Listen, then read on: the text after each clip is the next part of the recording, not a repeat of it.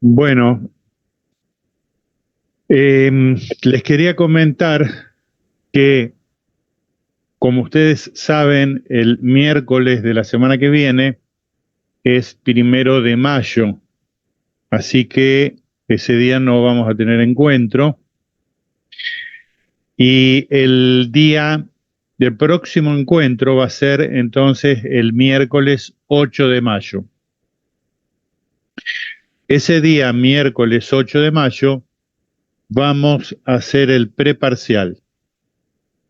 Recuerdan que dijimos que queríamos hacer un preparcial para que ustedes vieran un poco cómo es la dinámica, cómo se entra, cómo se hace, cómo se maneja el tiempo, cuál es más o menos el tipo de preguntas que se hacen, cómo se sube también a la plataforma el material adicional, en fin.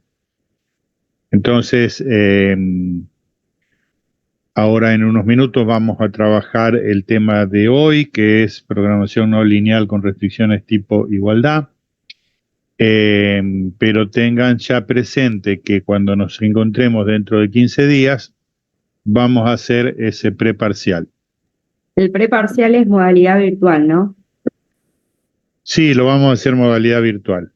No así el parcial, que va a ser muy probablemente el jueves 16 de mayo, es decir, una semana y un día después, que sí va a ser en la facultad y que vamos todavía a ver un poquito cómo lo llevamos adelante por el tema de la disponibilidad de aulas, porque lo queremos hacer con todas las comisiones.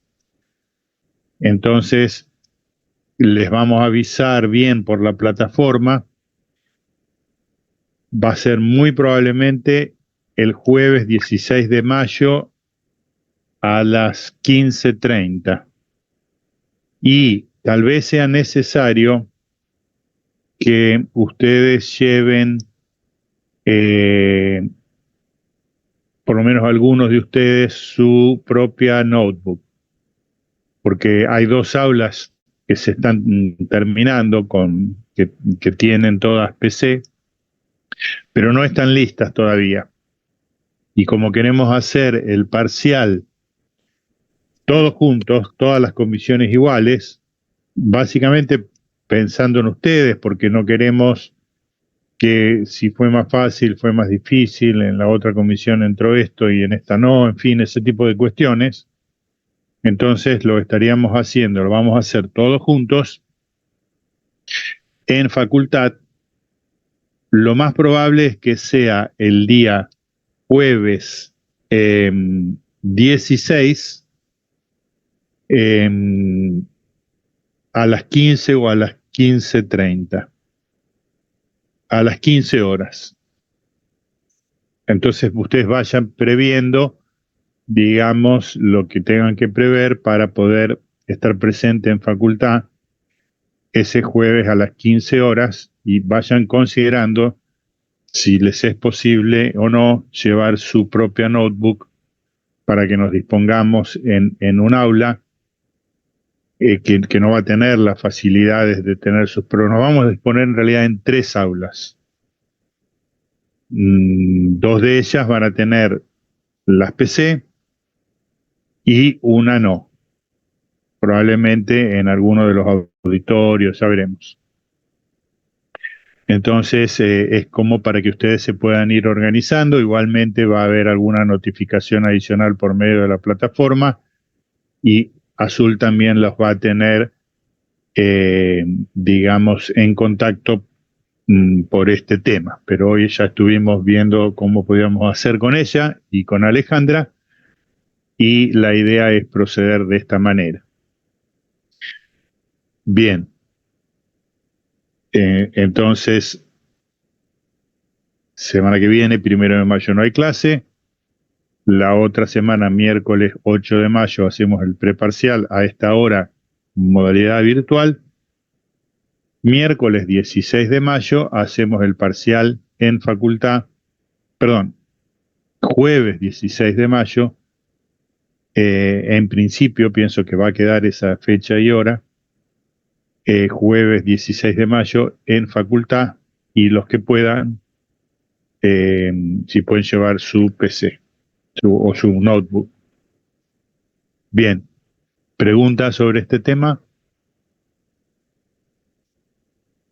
Profe, yo tengo una pregunta que es un poco sobre este tema y un poco no, porque la clase pasada le preguntamos a Azul si ella nos podía habilitar quizás algún parcial anterior también para ir practicando, y nos dijo que como los hace usted a los parciales, como que usted nos tenía que autorizar y brindarnos los parciales en caso de ser posible.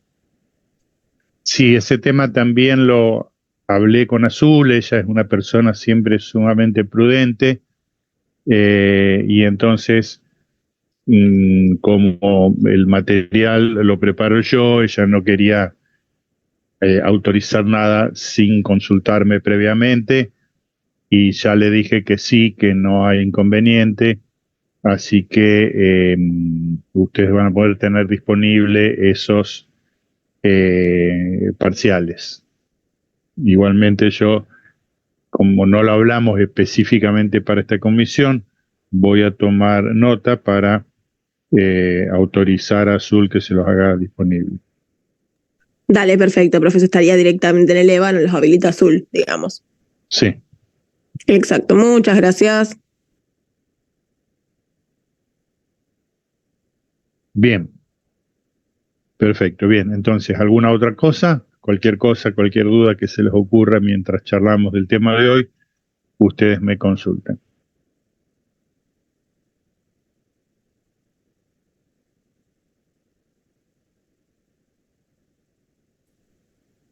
Bueno, el tema entonces que vamos a tratar hoy es el de programación no lineal, ¿no es cierto? Programación no lineal con restricciones de igualdad. Vamos a hacer lo mismo que hacemos siempre, vamos a arrancar por un ejemplo, vamos a construir la idea de lo que está pasando en R2, vamos a generalizar esa idea en Rn y vamos a finalizar de nuevo con un ejemplo donde apliquemos lo que hayamos trabajado. La semana pasada nosotros trabajamos programación no lineal sin restricciones. Ahora vamos a incorporarles restricciones. Estas restricciones pueden ser lineales o no lineales. Es decir, ya estamos en realidad familiarizados con la programación lineal con restricciones, porque lo que hemos trabajado en el simplex y en programación lineal es una función objetiva lineal con un grupo de restricciones, en principio tipo desigualdad, pero pueden ser también igualdad, o pueden ser tipo mayor o igual en vez de menor o igual.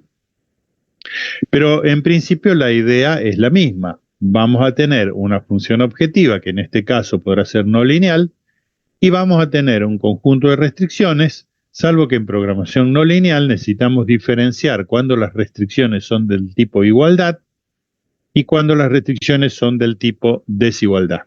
No es lo mismo en cada caso, ya van a ver exactamente por qué. Por lo tanto, lo primero que vamos a trabajar son con restricciones del tipo igualdad. ¿Qué clase de problemas entonces vamos a trabajar? ¿Recuerdan cuando en nuestra primera clase inicial presentamos el problema de la panadería de Pedro y Pablo?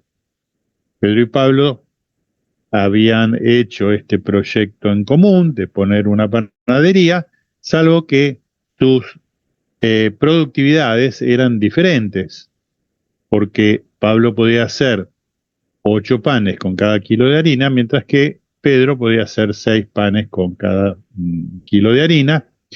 Entonces teníamos coeficientes tecnológicos para representar el modelo diferentes. El modelo que nos quedaba resultante, si X1 y X2 eran la cantidad de panes que se hacían, es que 1/6 de X1 más 1/8 de X2 menos 10 era igual a 0, donde X1 era la cantidad de panes que hacía Pedro y X2 la cantidad de panes que hacía Pablo. Este es un clásico modelo, entonces, en este caso está escrito como una desigualdad, como una igualdad, y está igualado a 0. En general vamos a usar este tipo de formulación donde tanto las igualdades como las desigualdades están igualadas a cero, porque en realidad lo que nos queda entonces como modelo es una función implícita. Esto es una función implícita de x1 y x2. No es una función explícita porque no está escrita x2 como una función de x1. Está escrito como una f de x1 y x2 igual a 0. Vamos a usar ese tipo de modelo que siempre se puede obtener, digamos, pasando al lado izquierdo lo que haya en el lado derecho. Por otro lado, la función objetiva, recuerdan que podía ser, entre las diversas posibles, una que maximizara el bien mayor, es decir, que produjéramos la mayor cantidad de panes posibles, o la que maximizara el bien común. Y hacíamos eso porque si maximizábamos el bien mayor, entonces Pablo por un lado quedaba súper recargado de trabajo porque él tenía que hacer todo, todos los panes lo hacía él, y Pedro no tenía trabajo y tampoco tenía ingreso. Entonces dijimos, bueno, busquemos cómo representar el bien común. El bien común se representa como el producto de x1 por x2, de tal manera que el bien común es 0 si x1 o x2 es 0, y nos iba a ser distinto de 0 algún número positivo, siempre que x1 y x2 ambos sean distintos de 0. Nuestro problema era entonces el de maximizar en x1 y en x2 el producto de x1 por x2 sujeto a este modelo de producción. Bien, esto era entonces un problema de programación no lineal, porque x1 y x2 están involucrados en la función objetiva como una función no lineal. Entonces, en general, el tipo de problemas que vamos a ver cómo se resuelven en el día de hoy es el de optimizar, maximizar o minimizar una función de varias variables, x1 a xn, sujeto a un grupo de m restricciones.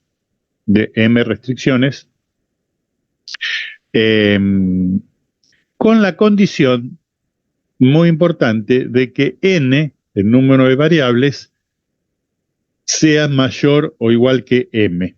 Y vamos a explicar por qué necesitamos esto y qué es lo que esto significa. ¿Qué es lo que está ocurriendo acá que nos obliga a tener esta condición adicional? Ocurre lo siguiente. Nosotros en principio podemos definir y decidir sobre n cuestiones, sobre n variables distintas. Pero cada vez que nosotros agregamos una condición que se debe cumplir, estamos imponiendo una relación entre las variables de decisión que se debe cumplir. Por ejemplo, vamos a un caso de la vida cotidiana que lo podemos asimilar. Yo suelo ir a la facultad llevando un saco y tengo, supongamos, un saco color azul y un saco color gris. Y tengo también para vestir un pantalón color azul y un pantalón color gris. De tal manera que, en principio, cuando voy a la facultad, yo puedo elegir libremente ponerme uno u otro saco, uno u otro pantalón. Ahora bien, mi señora me dice, mira, ponete el pantalón y el saco que sean del mismo color. Me está, digamos, sugiriendo una restricción.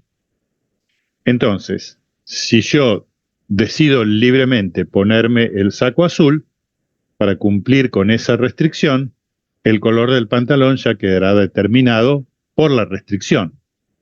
Antes yo podía decidir respecto de dos cosas, de los colores de ambas prendas, pero ahora puedo decidir solamente del color de una prenda porque debo satisfacer esa restricción. Es decir, que por cada una de las restricciones que yo tengo, hay algo menos sobre lo que puedo decidir, porque cuando decido sobre una variable, la otra queda ya determinada. Entonces, si antes podía decidir sobre esos dos colores, ahora ya, digamos, he perdido esa posibilidad, pero sigo pudiendo decidir entre el color azul o el color gris. Ahora, mi señora me dice, aparte de que sean del mismo color, fíjate de vestir el saco azul. Tengo entonces otra nueva restricción que cumplir. Tengo dos variables, pero tengo dos restricciones. Por lo tanto, la única solución posible queda simplemente ya determinada por las restricciones y tendré que, digamos, vestir entonces el saco, no recuerdo si dije azul o gris, supongamos el saco azul con el pantalón también del mismo color. Ahora, supongamos, ahí tendría dos variables con dos restricciones. No estoy violando esto, ¿no es cierto? Porque n, el número de variables, sigue siendo igual, en este caso, el número de restricciones, y como n debe ser mayor o igual que m, entonces no estoy rompiendo esa regla. Supongamos que tuviera una restricción más, y que por lo tanto estuviera rompiendo esta regla. Entonces, diría, bueno, me han pedido que vista el saco y el pantalón del mismo color, me han pedido que vista el saco azul y me piden que vista también el pantalón gris. Bueno, ya no tengo solución. No hay forma de que pueda cumplir con todas las restricciones, porque cada vez que tengo una restricción, se me reducen los grados de libertad para poder decidir y eventualmente el problema, a fuerza de tantas condiciones, ya no tiene solución. Bueno, lo mismo está ocurriendo acá. De hecho, n-m lo vamos a llamar los grados de libertad, y otra forma de expresar esta condición va a ser que los grados de libertad n-m sean mayores o iguales que 0. Porque cada una de estas condiciones me va a hacer perder un grado de libertad al poner unas variables en relación con las otras. Bien, ¿se entiende este ejemplo? Sí, profe. Sí. Bien. Entonces, como acabamos de decir, los grados de libertad son la diferencia entre n menos m, y debemos entonces tener presente que los problemas que se pueden resolver deben tener por lo menos grado de libertad 0. No pueden tener grados de libertad negativo. Ahora, esa misma idea, ¿cómo se expresa? ¿Qué representación formal, qué representación matemática tienen? Bueno, miremos este ejemplo. Supongamos que queremos minimizar esta función x1 menos 2 elevado al cuadrado más x2 menos 3 elevado al cuadrado sujeto a esta restricción. ¿Qué estaría ocurriendo acá? N, el número de variables, es igual a 2 y m, el número de restricciones, es igual a 1. Por lo tanto, acá puedo decidir sobre una única variable. Y la otra automáticamente va a quedar, digamos, establecida una vez que yo defina la primera de ellas. Como la restricción, esta que está acá, me define una recta en el plano, la puedo representar entonces justamente lo mismo que hago en programación lineal, en este caso es una recta, pero podría ser una curva, que me dice, bueno, de todo este plano de decisión infinito, te tenés que mover sobre esta línea. No puedes salirte de esta línea porque esta es la línea que representa la relación entre las variables. No se trata de esta zona como se trataba en programación lineal, sino que se trata de movernos sobre esta línea. Por otro lado, lo mismo que en programación lineal, podemos trazar las curvas de nivel de esta función objetiva. Y si hacemos eso, las curvas de nivel se van a ver más o menos así, o exactamente así en realidad, porque estas son las curvas de nivel para esa función. Esto es también lo mismo que la función objetiva en programación lineal, salvo que como es programación no lineal, las curvas de nivel son, digamos, justamente curvas. Recuerdo que habíamos dicho que en general, incluso en programación lineal, donde las curvas de nivel son líneas rectas, se seguían llamando curvas. Y esto es lo mismo que nosotros encontramos cuando se habla de isotermas, de isobaras, o en un mapa de alturas se representan los puntos que están todos a una misma altura. Acá es lo mismo. Todos estos puntos, cuando yo camino sobre la línea azul, ¿no es cierto? Bueno, se encuentran, por ejemplo, a 5 metros del suelo. Supongamos que esto fuera una especie de superficie convexa. Entonces, yo voy caminando sobre mi plano de decisión y todos los puntos, digamos, de la superficie se encuentran cuando camino sobre la línea azul a 5 metros, cuando camino sobre la línea roja se encuentran a 10 metros, cuando camino sobre la línea verde se encuentran a 15 metros. Sí, ¿alguien me decía algo? Son las curvas de nivel, ¿no es cierto? Otra manera de pensarlo sería si esa superficie convexa fuera un casco de moto, por ejemplo, lo que yo estaría haciendo es la intersección del casco de moto a una cierta altura, con un plano a una cierta altura, y eso me va a dar una circunferencia que cuando yo la proyecto sobre el plano de decisión se va a ver como cada una de estas curvas. Bien, entonces tenemos las curvas de nivel, y si representamos juntos la curva de nivel con la restricción, el problema se verá como tratar de encontrar la curva de mínimo nivel, en este caso que es un problema de minimización, cuando camino por esta restricción. No son solución, por ejemplo, este punto y este punto, porque estos dos puntos donde se corta la restricción con la curva de nivel, ¿a qué nivel están? Están a nivel 15, a nivel 10, perdón, acá en la línea roja. Lo que estoy buscando, tampoco van a ser estos, porque estos que están a nivel 5 están fuera de mi alcance. No me puedo salir de esta línea para llegar a este punto.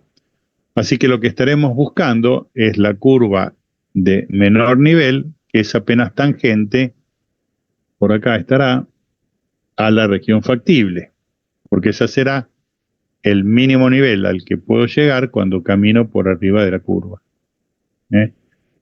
Ese es el problema que queremos solucionar hoy.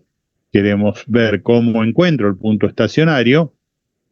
Encuentro el punto estacionario aplicando la condición de primer orden y cómo determino el signo del término de segundo orden, que va a tener justamente esta característica, lo mismo que teníamos la semana pasada, de copiar la concavidad o convexidad relativa de la curva acá para saber si que cuando me alejo, si baja, entonces estaré en un máximo y si sube, estaré en un mínimo.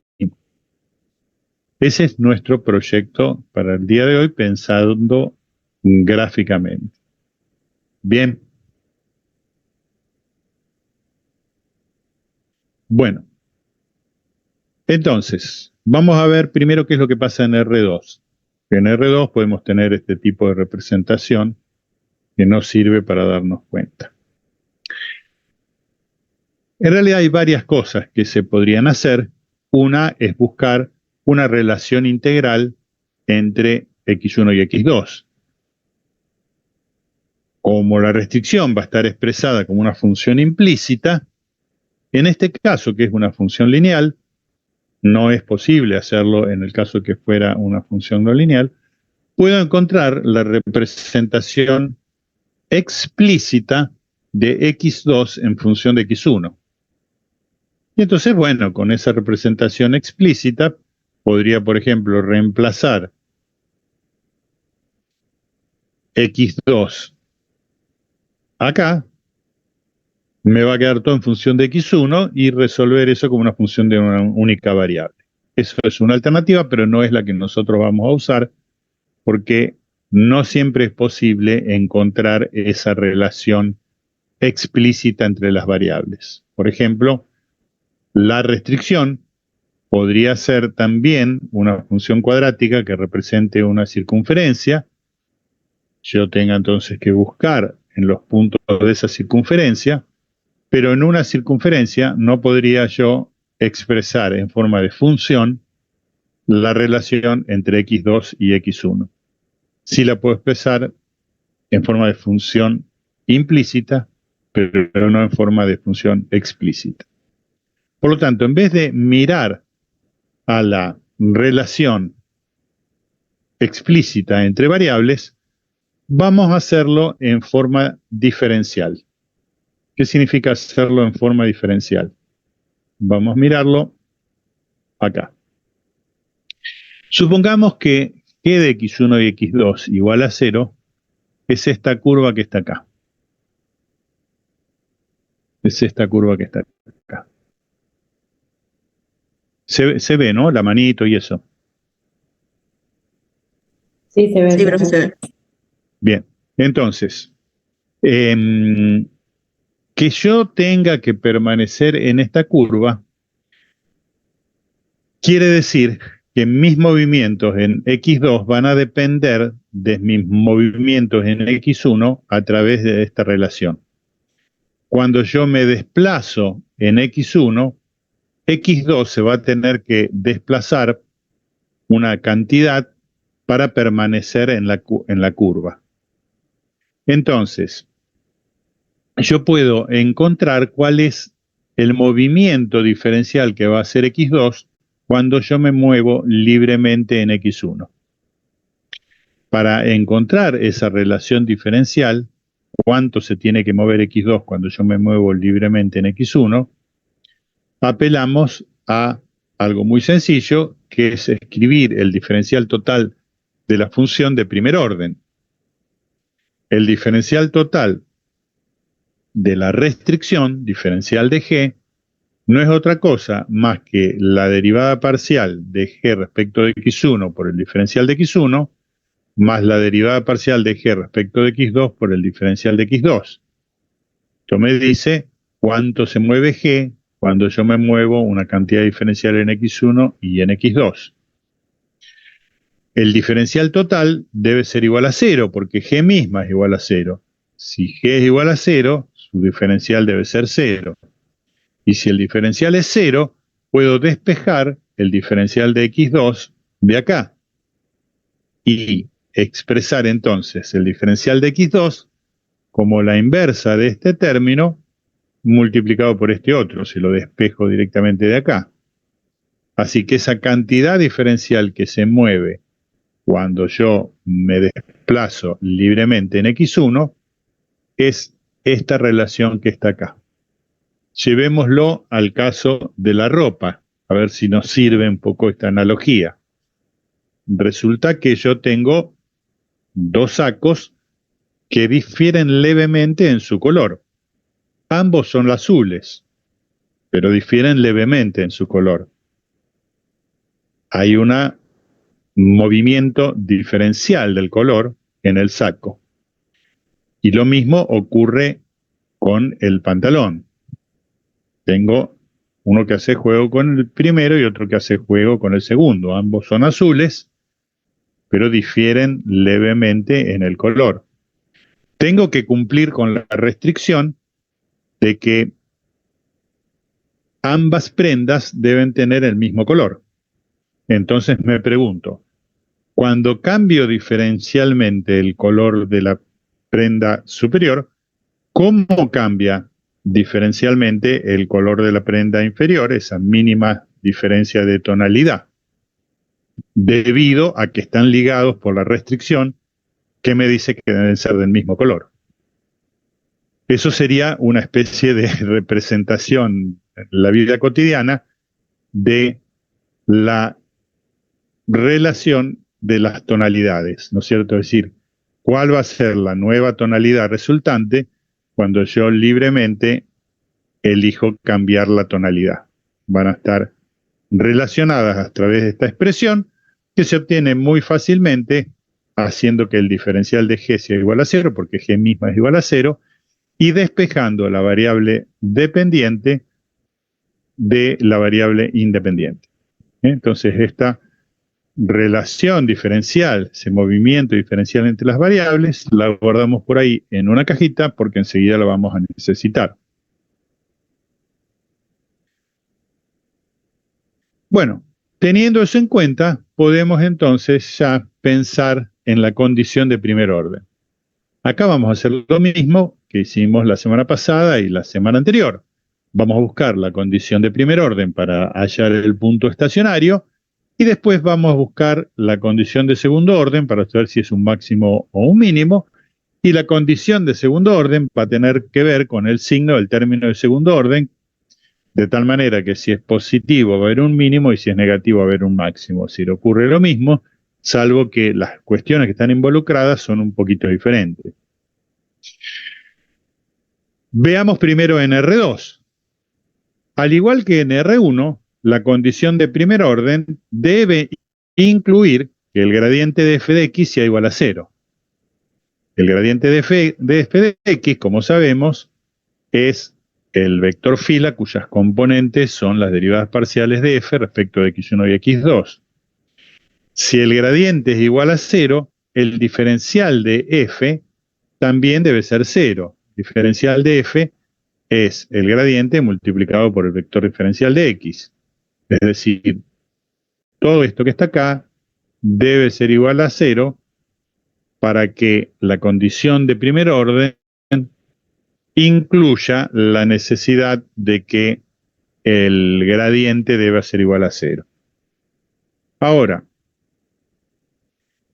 en este diferencial están incluidos los movimientos en x1 y en x2. Pero yo sé que los movimientos en x2 dependen de los movimientos de x1, porque lo acabamos de encontrar acá. Los movimientos de x2 dependen de los movimientos de x1. Entonces voy a reemplazar dx2 por todo esto que está acá. Entonces lo reemplazo. Acá lo he reemplazado. Me va a quedar todo esto que está acá. Puedo sacar factor común diferencial de x1. Y para que todo esto sea 0 cuando yo me muevo en cualquier dirección de x1, todo este coeficiente debe ser igual a 0. Y ahí muy rápidamente hemos arribado a la primera expresión de la condición de primer orden para la localización de un punto estacionario cuando tenemos restricciones tipo igualdad. Esto es todo lo que se debe cumplir. Parece algo difícil y horrible, pero no es así. Vamos a verlo en un ejemplo. Fíjense que, ¿qué es lo que está involucrado acá? 4 derivadas parciales. La derivada de f respecto de x1 y la derivada de f respecto de x2, y la derivada de g respecto de x1 y la derivada de g respecto de x2. En este caso está invertida. Vayamos a nuestro ejemplito. Quiero minimizar esta función sujeto a esta restricción. Bueno, entonces calculemos esos 4 términos. La derivada de f respecto de x1, muy fácilmente la calculamos como 2 por x1 menos 2. La derivada de f respecto de x2 como 2 por x2 menos 3. La derivada de g respecto de x1 es solamente 2. Y la derivada de g respecto de x2 es simplemente 1. Así que cuando reemplazamos estos términos en esta expresión, nos va a quedar que 2x1 menos 2 menos 2x2 menos 3 por 1 y por 2 debe ser igual a 0, lo que constituye esta ecuación. Es decir, que este monstruo no es en realidad tan monstruoso, sino que en un ejemplo se convierte solamente en esto que está acá. Entonces, lo que debemos hacer es resolver ahora un sistema de ecuaciones. Debe cumplir con la restricción es esta, y debe cumplir con la condición de primer orden. Estas dos ecuaciones se deben cumplir simultáneamente. Es un sistemita de dos ecuaciones con dos incógnitas, lo puedo resolver muy fácilmente a mano, pero decido que me dé una ayuda máxima y le pido entonces que resuelva ese sistema de ecuaciones en x1 y en x2, y máxima me dice, bueno, x1 entonces es igual a 4 quintos y x2 es igual a 12 quintos. Entonces, tendré 4 quintos es 0,8 y 12 quintos es 2,04, una cosa así, cerca de 2. Así que en realidad, si lo miramos acá, esto va a estar más o menos por 0,8 y cerca de 2. Nos va a dar, bueno, hay que hacer bien el cálculo, pero nos va a dar más o menos por acá. Tal vez por acá. No lo tengo representado acá. Pero esa es la solución entonces a nuestro problema, encontrado de una primer manera, como una primera forma de hallarlo. Bien, ¿se ve entonces cómo funciona esto?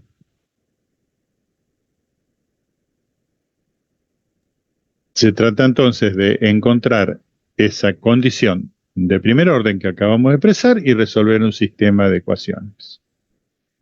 Bueno, vamos a hacer ahora lo mismo, pero en general. Es decir, vamos a reflexionar brevemente sobre qué hemos hecho acá. ¿Qué es lo que hicimos? Hicimos dos cosas. Primero, calculamos el gradiente y lo elevamos a 0. Después, calculamos el diferencial total de la restricción, lo igualamos a 0 para despejar la relación entre las variables dependientes e independientes, y reemplazamos una ecuación en la otra para obtener la condición de primer orden. ¿Cómo lo expreso a esto en general? En general, si yo tengo n variables y m restricciones, ¿qué es lo que va a ocurrir? Voy a poder decidir en forma independiente solo respecto de las componentes que tienen libertad. ¿Cuántas son esas componentes? Y son restricciones. Entonces, cuando tengo una, voy a perder un grado de libertad, así que voy a poder decidir libremente en n-1 variables. La otra variable va a estar dada para la restricción. Si tengo dos restricciones en n-2 variables, si tengo tres restricciones en n-3 variables, y si tengo m restricciones en n-m variables. Es decir, que tengo todas estas variables de x1 a xn-m, que van a ser un grupo independiente, y tengo todas estas otras variables desde x-m más 1 hasta xn, que van a ser dependientes. Cuando particiono el vector de decisión así, acá tengo n-m componentes, n-m variables, y acá voy a tener m. M, porque entonces x menos m que tengo acá arriba más m que tengo acá abajo, x menos m más m me da n. Acá está entonces dividido el vector de decisión en dos partes: el grupo de las variables independientes y el grupo de las variables dependientes. El saco y el pantalón, digamos. De tal manera que x ahora se va a ver entonces como un vector que tiene dos grupos de variables: un grupo de variables independientes y otro grupo de variables dependientes. Bueno, si tengo en cuenta esto, entonces mi problema de optimización se va a ver simplificado como esto que está acá. Optimizar f, que va a tener un grupo de variables independientes, un grupo de variables dependientes, sujeto a la restricción, que va a tener un grupo de variables independientes y un grupo de variables dependientes.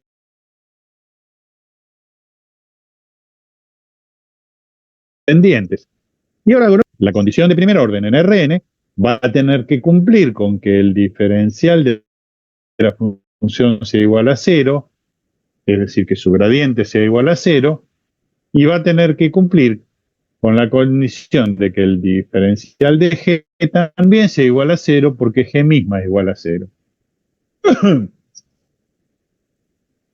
Salvo que ahora estas componentes van a ser vectores o matrices dependiendo de las dimensiones, y acá están especificadas cuáles son las dimensiones de esos vectores o de esas matrices. Y ahora hago lo mismo que antes. Bueno, entonces voy a tomar de esta ecuación, voy a despejar de xd resulta esto que está acá, lo mismo que pasaba en R2, salvo que ahora lo estamos haciendo en general, y si reemplazo esto en esta ecuación, vuelvo a obtener el monstruo que había obtenido antes, salvo que ahora es de validez general para un problema en Rn con m restricciones. Esto que está acá. A veces también se escribe de forma incluso un poco más compacta la derivada de f respecto de x1. Se puede escribir como f sub xi, perdón, respecto de xi. Esta derivada se subderivada como g sub xd y esta derivada como g sub xi. Es otra manera de escribir. Bueno, ¿cómo será esto entonces cuando lo tengo que aplicar? Después ustedes van a ir haciendo algunos problemas en la práctica, pero echémosle un vistazo. Supongamos que ahora tengo una f de 4 variables, n es igual a 4, y tengo 2 restricciones, es decir, que m es igual a 2. N menos m es también igual a 2, por lo tanto voy a tener 2 componentes dependientes y 2 componentes independientes. Por ejemplo, x1 y x2 pueden ser las componentes independientes y x3 y x4 pueden ser las componentes dependientes, de tal manera que la partición del vector de decisión ahora va a tener esta forma. Bueno, una vez entonces identificadas cuáles son las variables dependientes y las independientes, puedo calcular los elementos que componen esta condición de primer orden. Los voy a ir calculando de a poco y me voy a ayudar con máxima. Acá defino f, defino g1 y defino g2 y voy a calcular estos 4 elementos. Acá está f de x1, que termina siendo este vector fila, perdón, f de xy, f de xd es este vector fila, gxy, la derivada parcial de g respecto de xy, es esta matriz, y gxd es esta otra matriz que está acá. Con esos elementos calculo la condición de primer orden, que está acá, expresada en forma compacta. Le pido a máxima que me ayude para invertir la matriz, sobre todo, solamente con un comando, el producto de vectores y matrices es simplemente un punto, y entonces me da como resultado este vector que representan dos ecuaciones, esta primera ecuación que debe ser 0 y esta segunda ecuación que también debe ser 0. Así que le voy a pedir que resuelva un sistema de 4 ecuaciones con 4 incógnitas, donde están involucradas la primera restricción, la segunda restricción y la condición de primer orden que está representada por estas dos ecuaciones. Este es el monstruo ese con las derivas parciales invertidas. Le digo que por favor me resuelva este sistema de 4 ecuaciones con 4 incógnitas en las variables de decisión y me dice, bueno, la solución es x1 igual a 4, x2 igual a 3, x3 igual a 2 y x4 igual a 1. Y por lo tanto, en 4 variables, para este problema con 2 restricciones, este es el punto estacionario. Bien. ¿Vamos bien?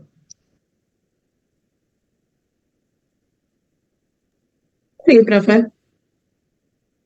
Bueno, algunas de estas cosas incluso ustedes las han visto, tal vez en cálculo numérico y demás, porque ahora vamos a introducirnos a el teorema de Lagrange. ¿Qué es lo que ocurre acá? De nuevo, vamos a pensar en lenguaje natural, qué es lo que vamos a hacer, y después simplemente lo hacemos. Ocurre que Lagrange, enfrentado con problemas de optimización con restricciones, dijo, bueno, yo quiero saber si existe un problema que no tenga restricciones, porque si el problema no tiene restricciones, la solución es muy fácil.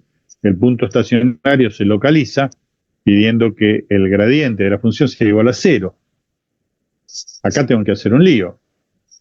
Entonces me pregunto, ¿habrá algún problema sin restricciones cuya solución de primer orden sea la misma que el problema con restricciones?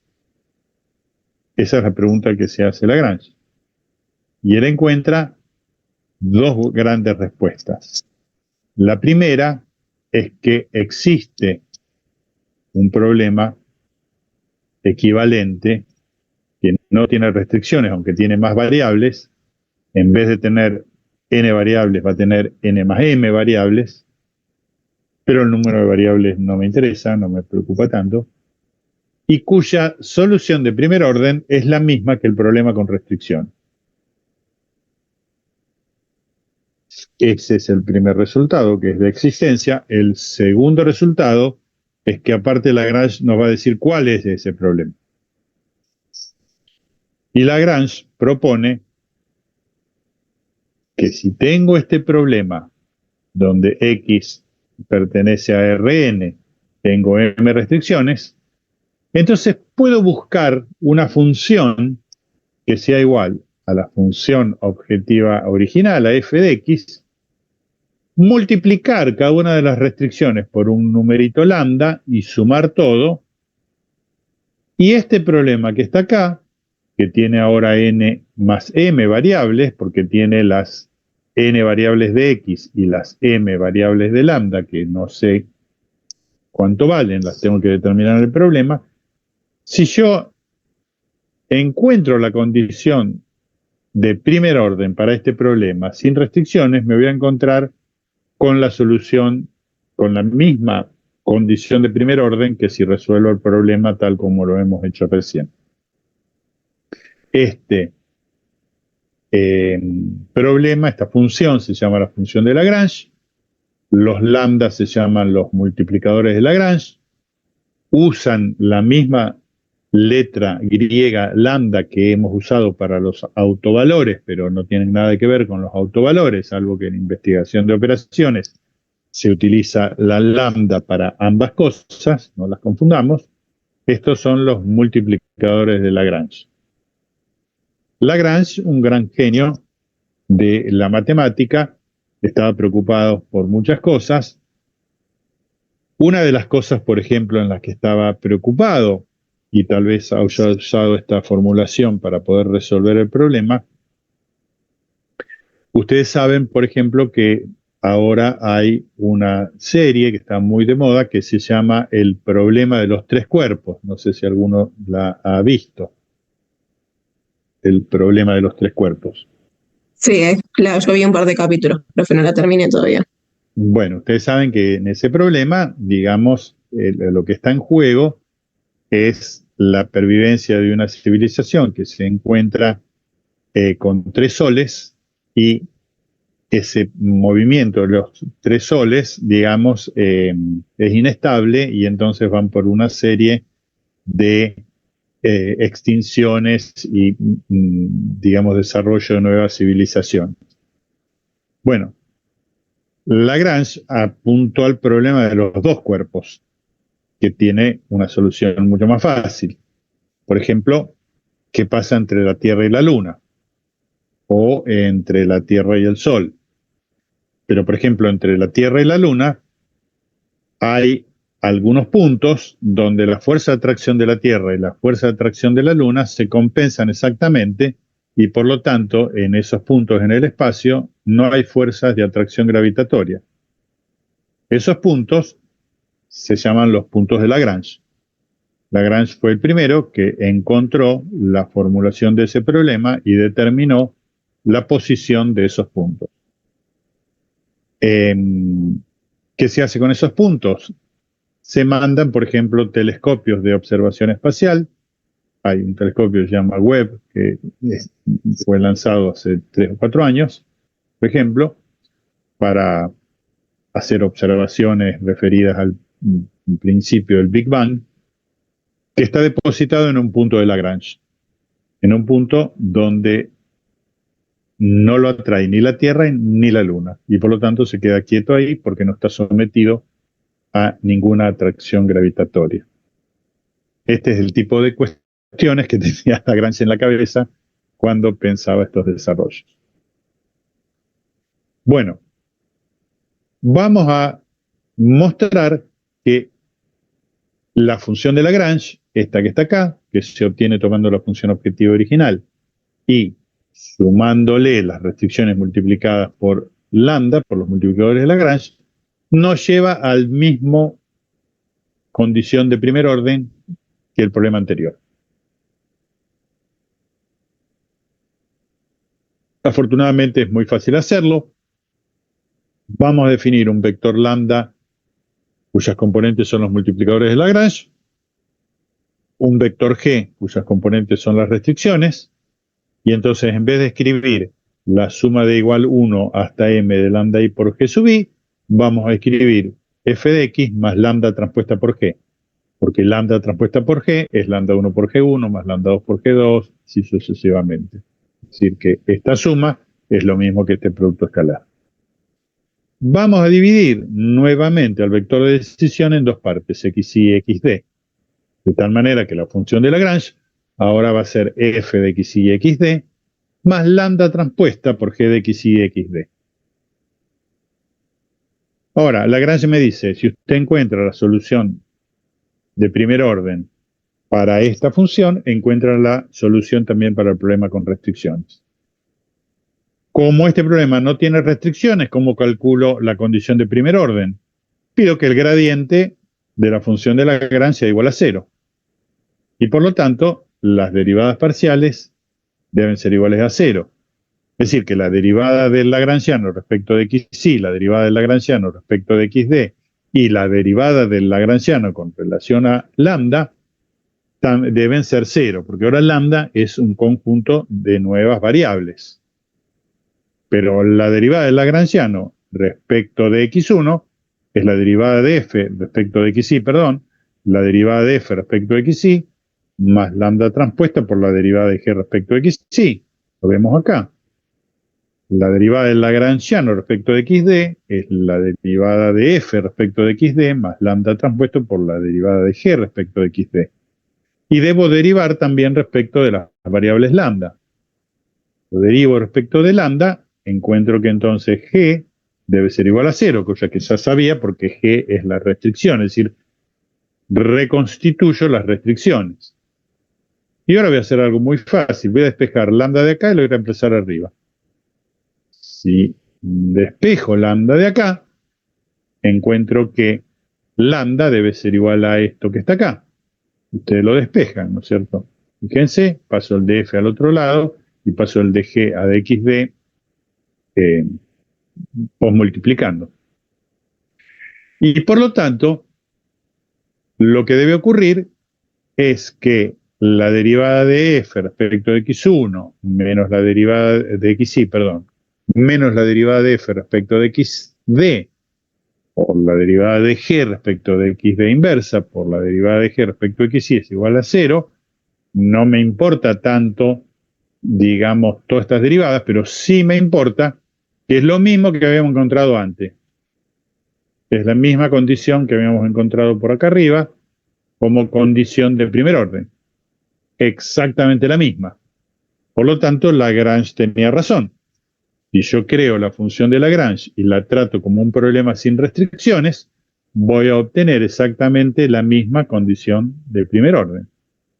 Y ese es el teorema de Lagrange y nosotros lo vamos a usar mucho porque vamos a trabajar siempre que tenemos restricciones con el teorema de Lagrange, con la función de Lagrange. Y tal vez esto también lo hayan visto en alguna otra materia, tal vez de una manera diferente. Bueno, acá ustedes pueden seguir después en el apunte, es el mismo problema de 4 variables con 2 restricciones. Acá está creada la función de Lagrange. Fíjense que es la función objetiva original que está por acá abajo, más lambda 1 por la primera restricción, más lambda 2 por la segunda restricción. Acá Máxima lo escribió en otro orden, pero es exactamente lo mismo. Función original más lambda 1 por la primera restricción, lambda 2 por la segunda restricción. Y acá calculo las 6 derivadas parciales en x1, en x2, en x3, en x4, en lambda 1 y en lambda 2. Como ya estoy un poco más habilidoso con Máxima, las puedo calcular, las defino acá primero, y después resuelvo las 4 ecuaciones. Le digo, bueno, resolver derivada de x1, de x2, de x3, de x4, de lambda 1 y de lambda 2, todos iguales a 0, en x1, x2, x3, x4, lambda 1 y lambda 2, y la solución es la misma que habíamos obtenido antes, x1 igual a 4, x2 igual a 3, x3 igual a 2 y x4 igual a 1, y aparte me dan los valores de lambda que van a ser importantes para nosotros en la medida que vayamos viendo algunos otros conceptos más. Así que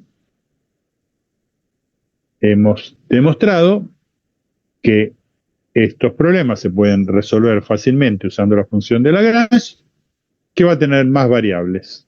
Pero prefiero trabajar con más variables que estar diferenciando entre las variables dependientes, independientes y demás. Y acá ya no tengo que tener en cuenta eso, sino simplemente simplificarlos en una función mayor. Después van a ser problemas, por supuesto, resolviendo problemas de ambas maneras y después trabajando directamente con la función de Lagrange. Bien. Esto vamos a volver después atrás. Vamos a avanzar un poquito y después volvemos a esto.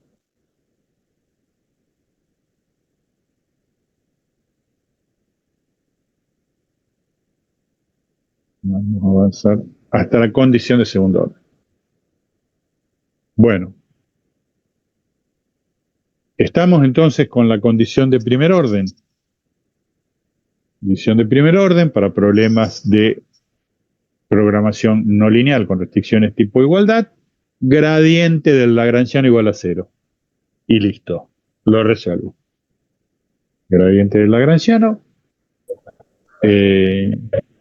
significa derivadas parciales del lagrangiano respecto de las variables y de las lambdas. Lo resuelvo y obtengo el punto estacionario. Vamos a la condición de segundo orden. Acá pasa de nuevo exactamente lo mismo. O sea, en todos los casos va a ocurrir lo mismo, salvo que la forma va a ser un poco distinto. Para saber si es un máximo o un mínimo, para saber si se trata de el mayor bien común o el menor bien común, para saber si estoy maximizando o si estoy minimizando, debo mirar al término de segundo orden. El término de segundo orden, si el lagrangiano es la función objetiva más el agregado de las restricciones multiplicadas por los multiplicadores de Lagrange, el término de segundo orden va a involucrar al hessiano de f y a la suma de los hessianos de las restricciones. Que ahora la función que estoy trabajando, ¿no es cierto? Volvemos atrás rápidamente. Bueno, nos queda un poquito atrás.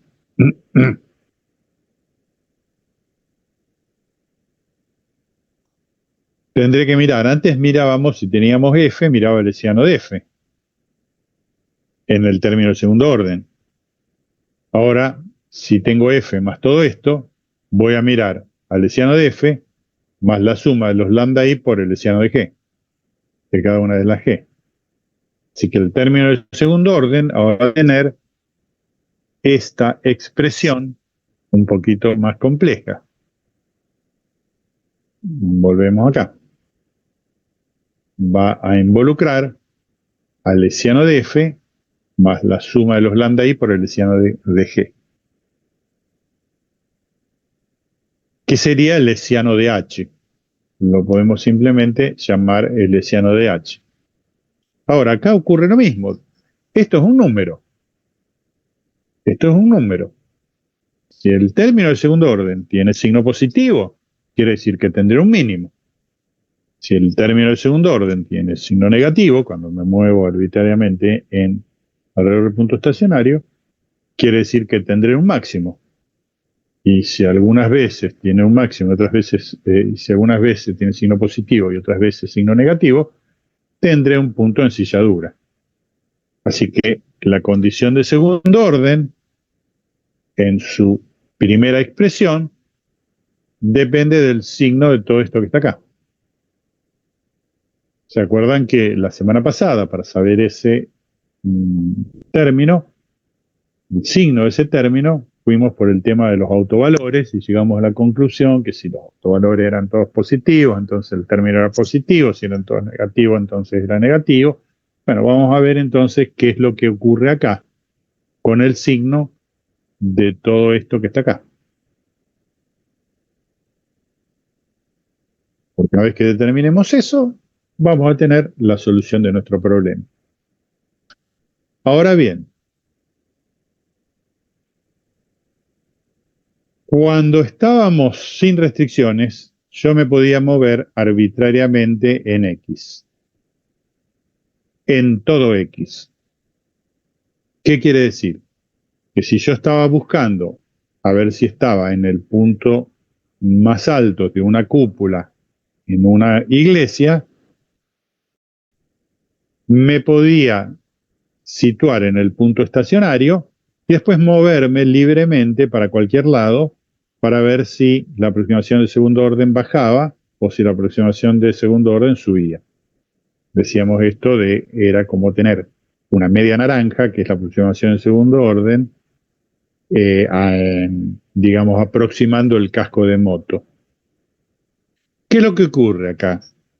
Acá ocurre que no me puedo mover libremente. Me tengo que mover en las direcciones permitidas por las restricciones. Vamos a volver un segundito a la gráfica que tenemos por acá. Si yo no tengo restricciones y puedo caminar libremente por toda esta superficie y quiero encontrar el punto más bajo, bueno, me ubicaré por acá en el punto estacionario y me moveré un poquito para todos lados para ver cómo se comporta localmente la función. Ahora ya no puedo hacer eso porque tengo que permanecer arriba de esta recta. Pero va a pasar algo parecido. Me voy a mover un poquito en X1 y X2 se va a tener que mover automáticamente una cierta cantidad para que yo permanezca en la recta. En vez de moverme por cualquier lado, me tengo que mover por acá. Y me voy a fijar entonces cómo evoluciona la altura del techo cuando yo me muevo por acá. Si veo que cuando me muevo para allá baja y cuando me muevo para acá también baja, quiere decir que estoy en máximo. Si cuando me muevo para acá siempre sobre la línea sube y cuando voy para el otro lado también sube, tendré un mínimo. Y si cuando voy para allá sube y cuando voy para acá baja, tendré un punto de ensilladura. Es decir, que ahora en vez de poder moverme libremente, tengo que considerar que cuando me muevo en X1, X2 ya está ligado a través de la restricción y se va a mover solo, porque el movimiento está ligado a través de las restricciones. ¿Se interpreta eso? Entonces, fíjense, vamos a hacer esto que está acá. Ahora, si volvemos un segundito atrás, todo lo que quiero hacer es calcular el signo del término del segundo orden. Vamos a mirarlo esto de una manera simplificada para poder entenderlo. Después se puede analizar el álgebra con un poquito más de detalle.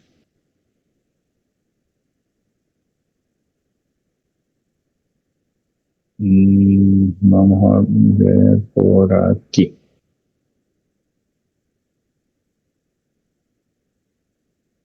Bueno, ya sabemos que la relación diferencial de movimiento, cuando yo me desplazo en las variables independientes, las variables dependientes se desplazan a través de esta relación. Recuerden, si les sirve el ejemplo de la vestimenta, cuando yo cambio levemente la tonalidad del saco, la tonalidad del pantalón, entonces va a cambiar también automáticamente para poder cumplir con la relación de que las tonalidades sean iguales. Esa forma en la que cambia la tonalidad está dada por esta relación. Cuando me muevo en forma independiente, la tonalidad tiene que seguir para poder permanecer dentro de la misma tonalidad. Me parece que es una buena manera de interpretar qué significa esto. Entonces, lo que vamos a hacer es lo siguiente. Vamos a escribir al vector diferencial de x, que me muestra todos los movimientos que yo hago alrededor de x, como el diferencial de xy y el diferencial de xd. El movimiento de las variables independientes y el movimiento de las variables dependientes, porque ese es todo mi vector. Ahora, como este vector está particionado, por un lado arriba tengo las primeras componentes que son de xy. Y acá tengo dxd, pero acá lo tengo expresado como la forma en que las variables dependientes se mueven cuando yo me muevo en forma independiente en dxy. Acá yo cambio la tonalidad del saco y esta es la manera en que cambia la tonalidad del pantalón cuando yo voy cambiando esa misma tonalidad del saco. Ese es entonces el movimiento total que puede hacer x cuando yo me muevo en la zona permitida. Pero si saco factor común, entonces de xy de acá, arriba me va a quedar la matriz de identidad y abajo me va a quedar todo esto que está acá. Bien. Esto que está acá lo voy a llamar una matriz V de x. Y esta matriz de V de x se puede demostrar, está demostrado ahí en el apunte, que es una matriz cuyas columnas son vectores ortogonales al gradiente de las restricciones. Ahora lo vamos a ver, pero piensen, ¿se acuerdan cuando la semana pasada calculamos la matriz T, que era una transformación similar diagonalizante, esa que sacaba una especie de radiografía a la matriz y la convertía en una matriz diagonal? Y decíamos, para armar esa matriz T, tengo que calcular los autovectores, agarrar los autovectores así de la cabeza y pararlos uno al ladito del otro, y esa era mi matriz T. Acá tengo que hacer algo similar. Tengo que tomar las restricciones, calcular su gradiente, encontrar un vector ortogonal al gradiente de las restricciones y pararlos todos uno al lado del otro para conformar la matriz V. Después van a hacer eso en la práctica, van a tomar la restricción, van a calcular el gradiente de la restricción, van a calcular vectores ortogonales al gradiente de la restricción y van a conformar esta matriz B que me expresa entonces el diferencial de X en función del diferencial de XY. Cómo se mueve todo el vector cuando yo me muevo solamente en lo que me puedo mover.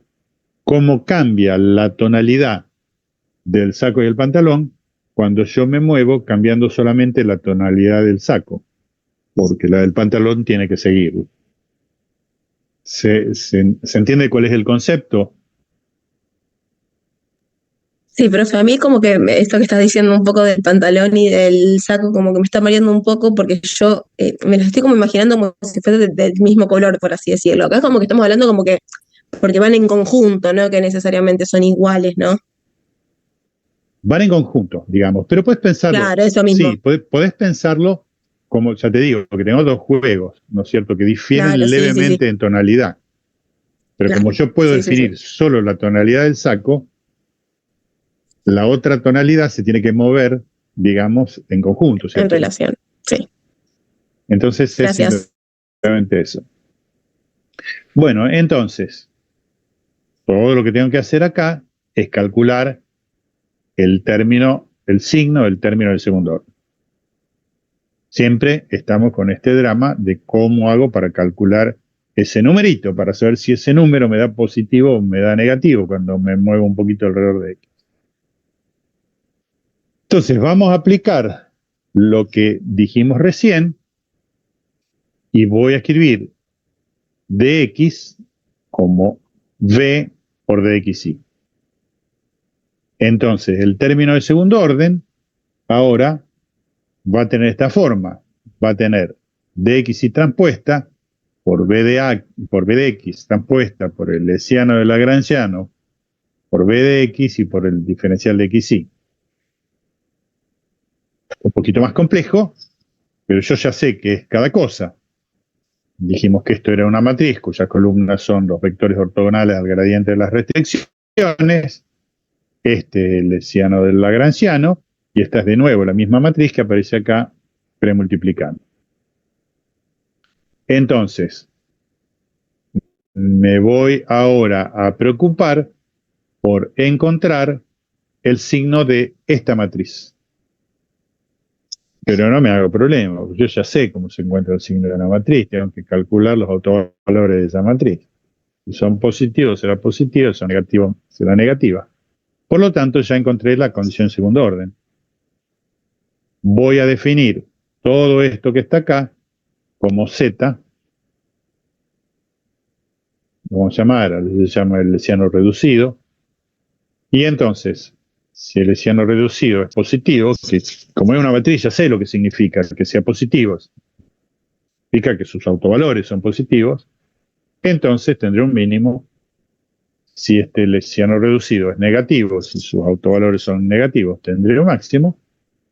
Y si no, tendré un punto de ensilladura. Si algunos son positivos y otros son negativos. Es decir, volvemos a repetir lo que ya sabemos de la condición de segundo orden, salvo que la hemos adaptado ahora a esta relación diferencial que hay de movimiento entre las variables dependientes y las independientes. Vamos entonces a hacer el mismo ejemplo que venimos resolviendo, que es el de esta función de 4 variables, esta que está acá, donde tenemos aparte 2 restricciones, las mismas que teníamos antes, que son estas dos que está acá. Bueno, sabemos cuál es el Lagrangiano, que es f de x más lambda 1 por g1 más lambda 2 por g2. Sabemos cuál es el punto estacionario, porque ya lo calculamos antes, es el punto 4, 3, 2, 1, y los multiplicadores de Lagrange son menos 10 y 4. Vamos a calcular el hessiano del Lagrangiano, nos ayudamos también con Maxima, y el hessiano del Lagrangiano es esta matriz, que es muy sencilla, una matriz diagonal, donde tiene todos 2 en la diagonal principal y 0 en todos los otros lugares. vamos a hallar la matriz V de vectores ortogonales al gradiente de las restricciones, si es que tengo que calcular el gradiente de la restricción y buscarle vectores ortogonales, después lo van a hacer en la práctica, muy sencillo. Voy a crear la matriz Z, que es V transpuesta por H por V, y esta matriz Z me da esta que está acá. Y de esta matriz Z necesito saber si es positiva o negativa, es decir, si tiene autovalores positivos o autovalores negativos. Entonces le voy a pedir a Maxima, o lo puedo hacer a mano si quiero, que me calcule los autovalores de Z. Y me dice, bueno, Z tiene dos autovalores, uno es 20 menos 8 raíz de 5 y otro es 20 más 8 raíz de 5, ambos tienen orden de multiplicidad 1. Y como no me queda muy claro si estos números son positivos o negativos, este sé que es positivo, pero este quiero estar seguro, le digo que me los exprese en forma de punto flotante con el comando float. Y me dice, bueno, este término vale 2,11 y este otro vale 37,8. Son los dos positivos, por lo tanto sé que el punto que he encontrado es un mínimo.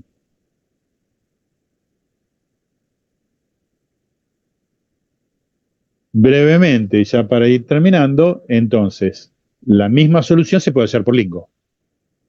Con Lingo le digo, bueno, Lingo va a ser mucho más expeditivo, me va a encontrar una solución numérica, vamos a ver cómo,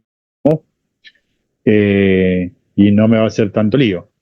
Yo le cargo cuál es mi función objetiva, le cargo cuál es mi primera restricción y le cargo cuál es mi segunda restricción y le digo que minimice. Bueno, encontró que la función tiene un valor de 20 como valor mínimo.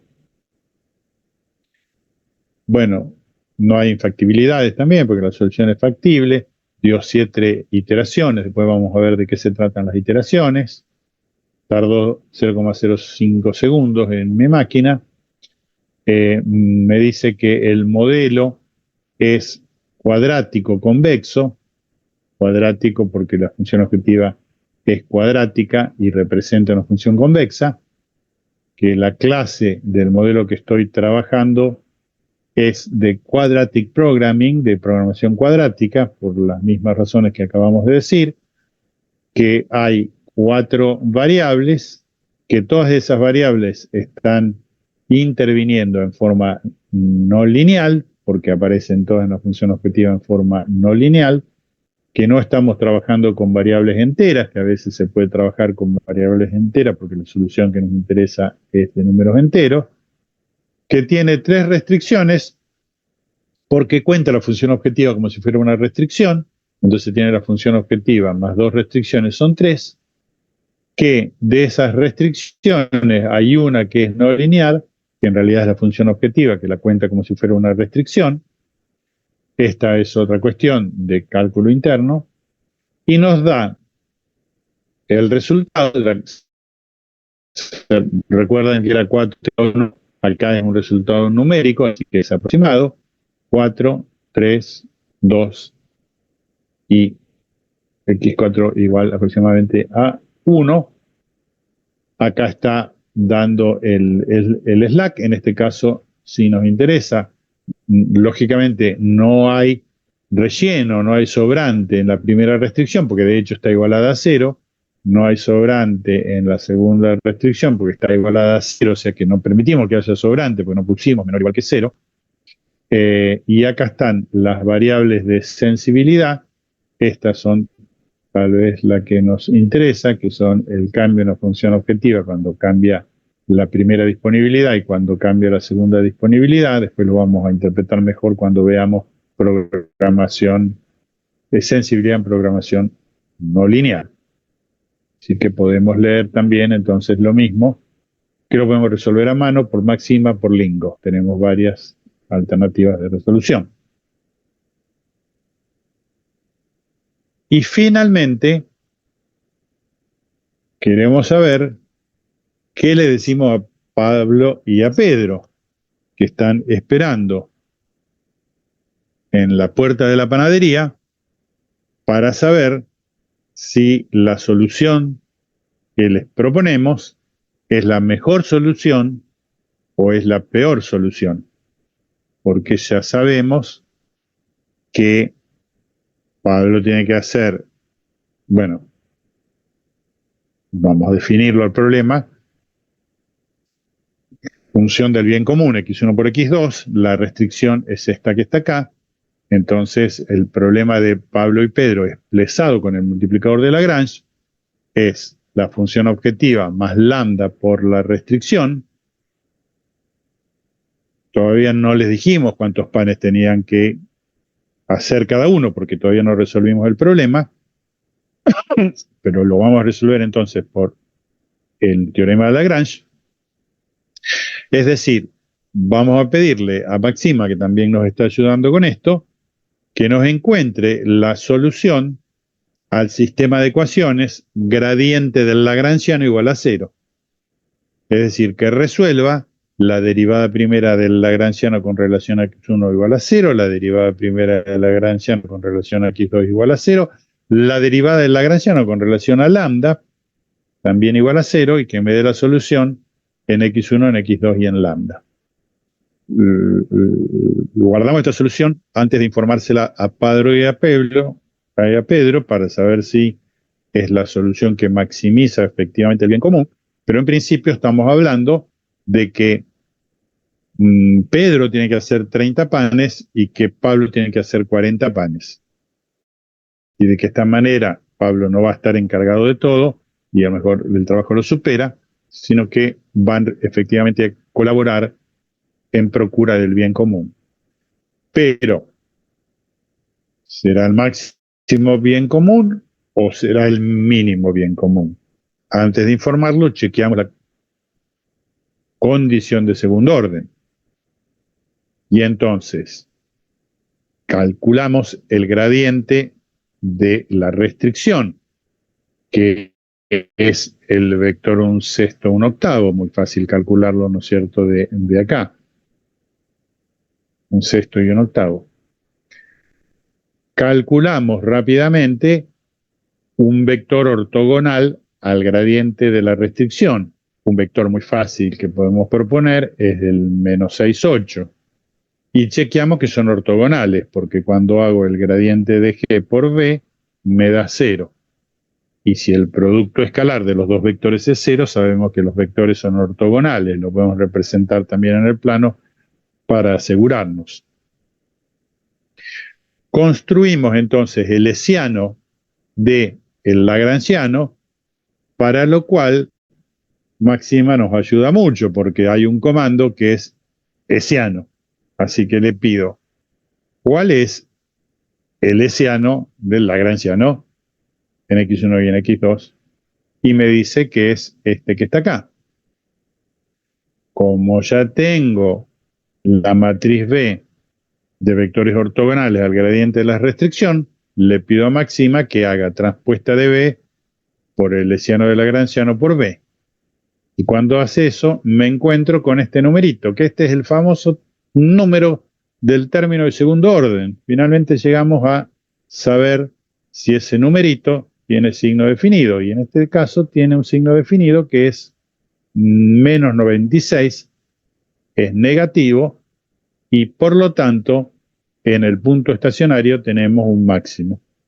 Y ahora sí, los llamamos a Pedro y a Pablo y le decimos, miren, que Pedro haga 30 panes, que Pablo haga 40, y así es la manera que ustedes van a trabajar en este emprendimiento procurando el bien común.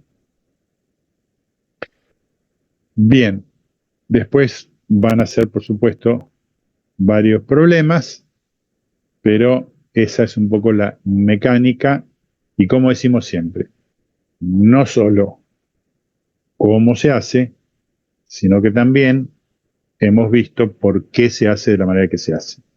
Hemos visto la justificación detrás de todo esto que está acá.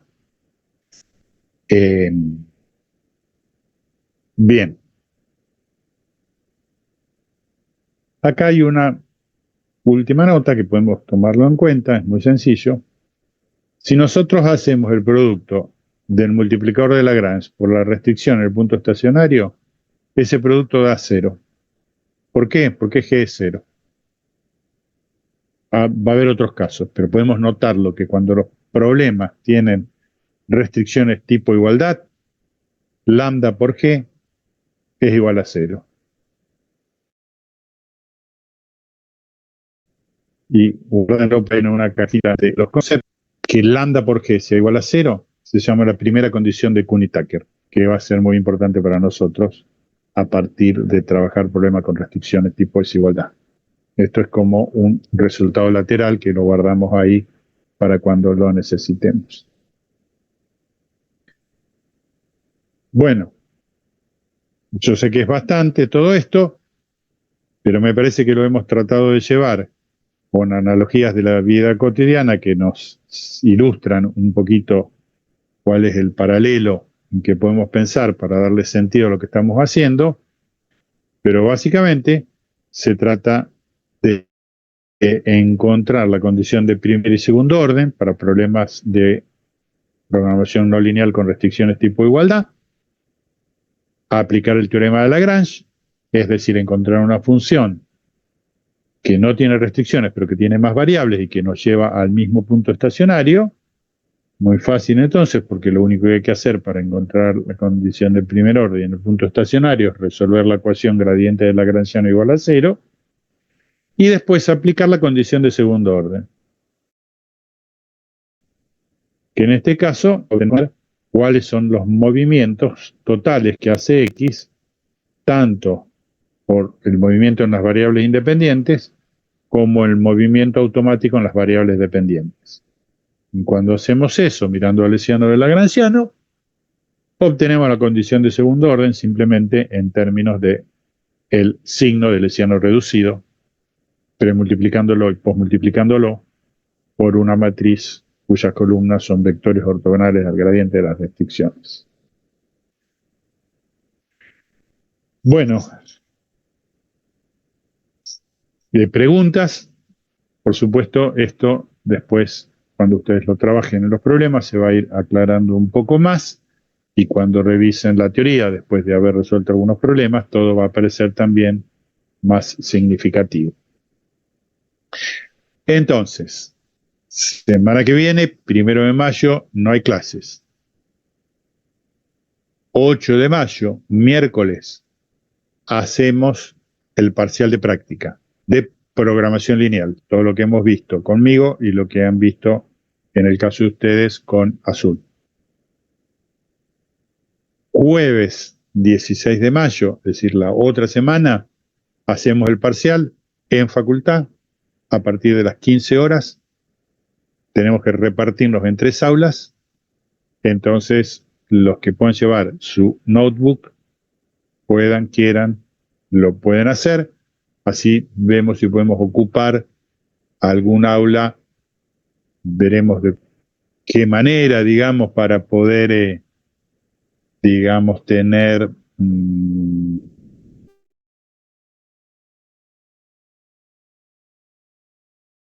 por lo que fue, en todo caso con la batería cargada, el examen va a durar 1 hora,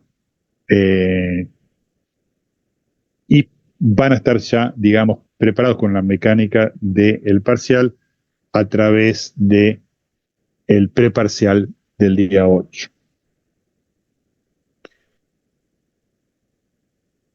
Bueno,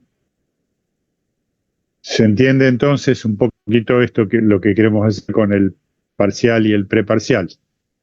¿Tienen alguna duda con relación a eso? No, profe, está bastante claro, más todavía si Azul nos va a mostrar parciales anteriores también para ir practicando, creo que nos va a servir aún más. Bueno, buenísimo. Entonces, bueno, vamos a tomar la asistencia. Vamos acá al